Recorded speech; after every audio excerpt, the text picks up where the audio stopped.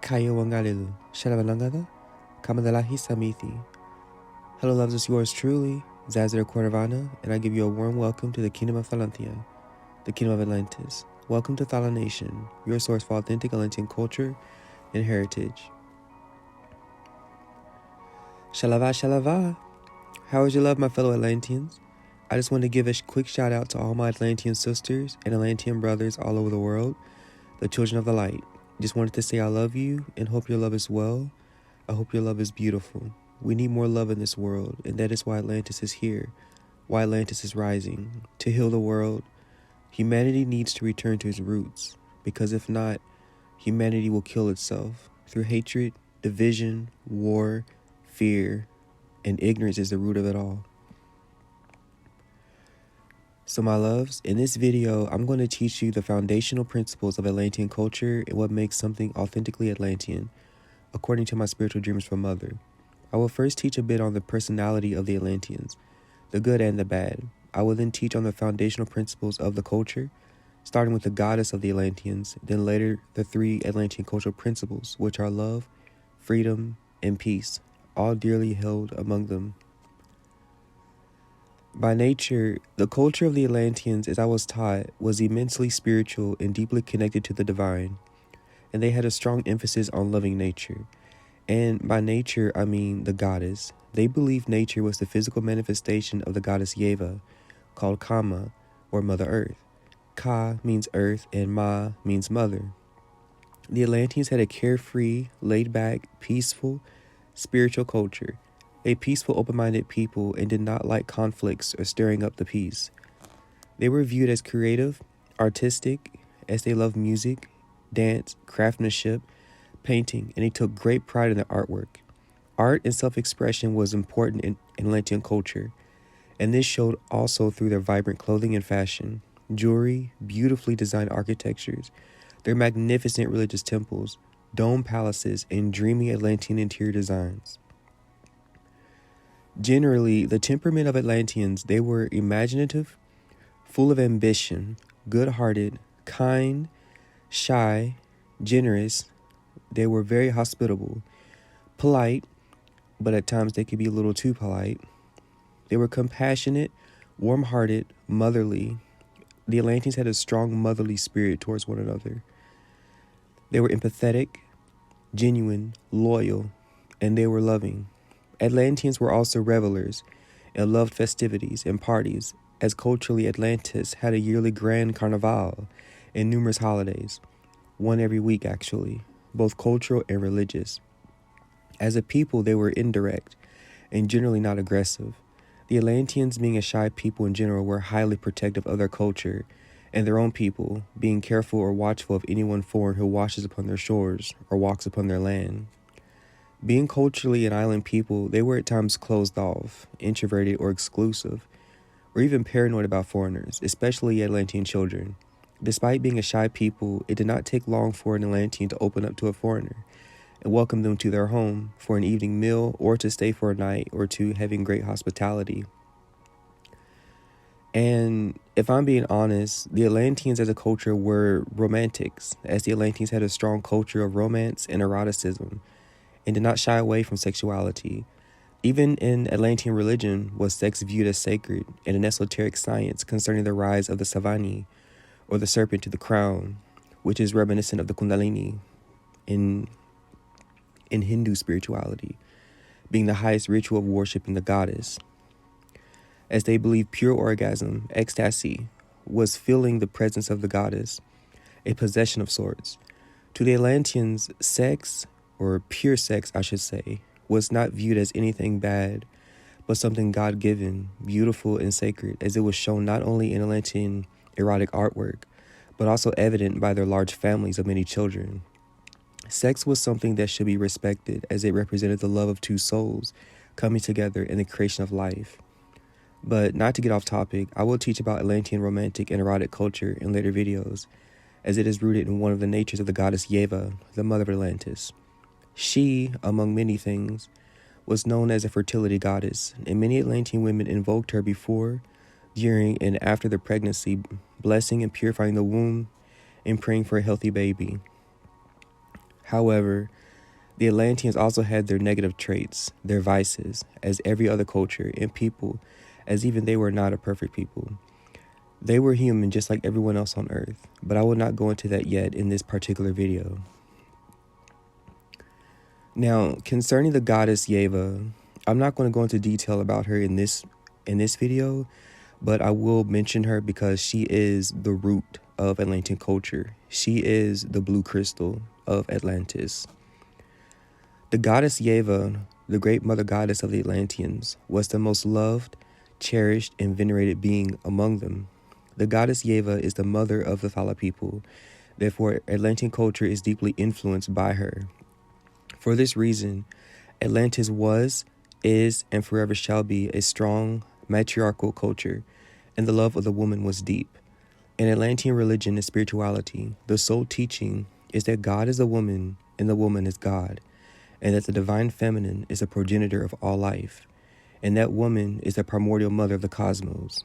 When the Atlanteans saw a woman, they saw their creatrix, their beloved divine, and this is why their culture was deeply matriarch, and why they had such a deep respect and reverence for women, and why the women deeply respected themselves in such a deep way and respected nature, her baby.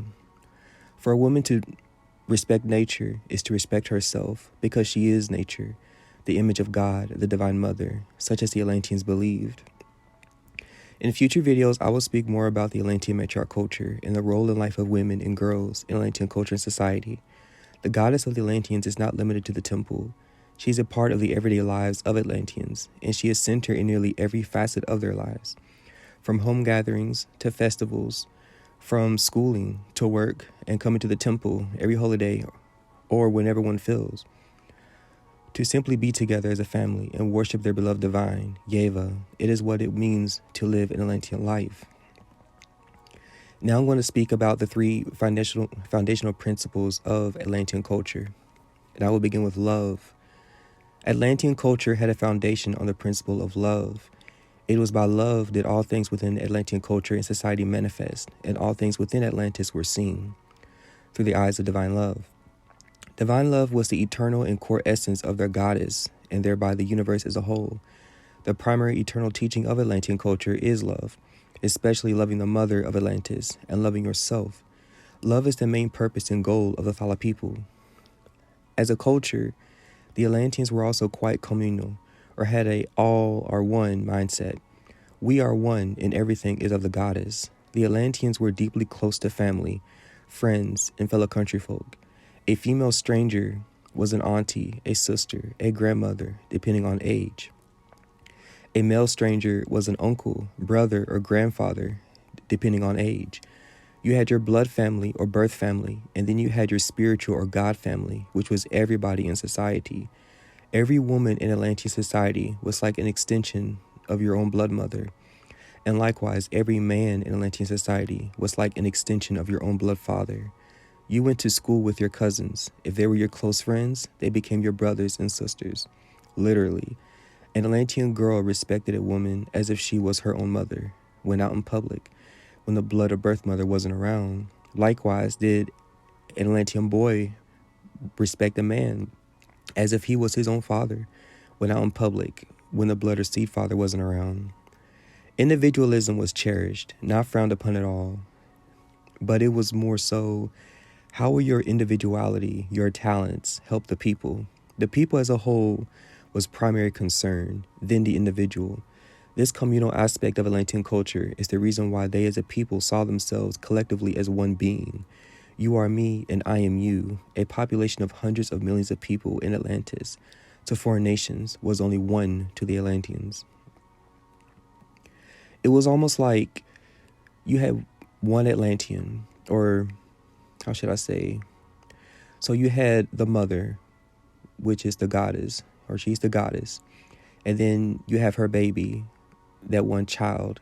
And this one child is essentially one soul with many bodies, for lack of better words. But I digress. This oneness was deep, which is the reason they were so united as a people, and why they advanced well beyond the other ancient old world nations, and why they were so powerful. These people were not divided even in the slightest.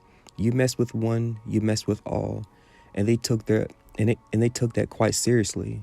If an Atlantean woman was killed, every Atlantean woman felt her pain. If an Atlantean man was hurt, any man around him would feel his same energy and mourn with him. If the queen herself died, the whole kingdom shut down for an indefinite amount of time. The queen's tears would seep out of the eyes of Atlanteans. They were selfless. They put others' concerns and health before their own, and many Atlanteans were willing to die for their loved ones. And by loved ones, I do not only mean immediate family, but the people as a whole. Every Atlantean was seen as literal or immediate family. The 40th cousin was as close as a first cousin. The reason for this unity, the power of the Atlanteans, was their goddess. Without their goddess, they were nothing. I am not me, I am her. This is not mine, this is hers. My dreams are not mine, they are hers. What I think are her thoughts. What I feel is her emotions. When I inhale, she exhales, and when I exhale, she inhales. We are one child, one mind, one soul, but with many bodies. This is how deep their love for the goddess was, and also why Atlantis collapsed, because the goddess was destroyed from the civilization. The connection with her was broken. The blue crystal was and is the goddess, the mother of Atlantis. Her spirit, her energy flowed through all who loved her. Their knowledge was given from this goddess, explaining their advancements. So long as they had their goddess within, they as a people could not be defeated. Further, as a culture, the Atlanteans deeply believed in extending love throughout the earth to heal the world from suffering, and they emphasized heavily the importance of nature. Atlantean spirituality and culture are deeply intertwined. Atlantean culture and society was governed by the 8 eternal commandments of their mother goddess and the virtues. The 8 commandments of the mother of Atlantis were: love your mother, love yourself, love nature, breathe love, love life, teach love, walk in love, and to be loved. On these 8 commandments was Atlantean culture held, and what influenced the minds, hearts, decision-making, and more concerning the Atlantean people. In Atlantean spirituality, there were also the 8 virtues, which were deeply taught from elder to child. These virtues were love, purity, virtue, peace, joy, self-control, patience, and humility. Now I will talk about freedom, the second principle of Atlantean culture. One of the most important beliefs within Atlantean culture is the belief in freedom and or liberty. The most ancient native name of Atlantis was Thalanthia, which literally meant land of the free. Along with love, Atlantean culture focuses a lot on freedom, liberation, and the importance of having a free, healthy soul, mind, and body. The Atlanteans absolutely despised being subjugated or barred from freedom, and fought heavily for it, even when the Atlantean government became corrupt in the later years, enforcing laws upon their lives. They protested and rioted often against this as a powerful collective unit, as I saw in my spiritual dreams. And these spiritual dreams were taking place during the imperialistic age, as I saw them. It was exceedingly difficult to conquer and enslave the Atlanteans, so they suffered menticide instead in order for them to be conquered. And now I will talk about the third principle, which is peace. Peace was also at the heart of Atlantean culture. Thus, the Atlanteans tended to be non-argumentative, indirect, and passive, as they often avoided contentions with family and friends and others. They were culturally optimists, inspirational, empathetic, courageous, fearless, and full of life. They were also known to be pacifistic and only fought when absolutely necessary. The world could be in a dark, trying times, everyone panicking and chaos abounding, but the Atlanteans are the peculiar ones, living as if the end of the world were not upon them. Atlanteans tend not to worry about much of anything, only when necessary. They are not concerned about the future, the past, or even the present. They just are and flow with that. They tend to walk with clear minds and always seemingly full of bliss and happiness. Atlanteans are known to be open-minded, understanding, mysterious, and just overall people who try to keep good vibes. The reason they are this way is simply because their goddess is this way. They try to imitate and be like her, Yevah, which she admonishes for all her babies. The goddess of Atlantis speaks heavily on the importance of not caring what others think about you, learning to love yourself, not letting fear control you, and just being free. The goddess of Atlantis did not force a soul to worship her. Her presence was simply there, shining like the sun, and the love flowing from her like a fountain was absorbed by all those who felt her radiance, and by that had fallen in love with her, as did I. Atlantean spirituality and or religion was eclectic and vast, reminiscent of Hinduism, specifically Shaktism. Shaktism is probably the closest spiritual tradition that I know today to Atlantean religion and spirituality. Atlantean culture lived by 7 principles, and they were love, freedom, prosperity, peace, wisdom, happiness, vitality. These are the 7 flames the goddess Yevah taught to her children, the Atlanteans, the children of the light. If you like this content and you want to know more about authentic Atlantean culture, heritage, spirituality, and language, please consider subscribing to Thalanthia, dedicated to all things Atlantis. It was yours truly, Zaza Corvana, Kamadalahi Samithi, and as always, may Atlantis rise again. Thank you, and I love you. Bye.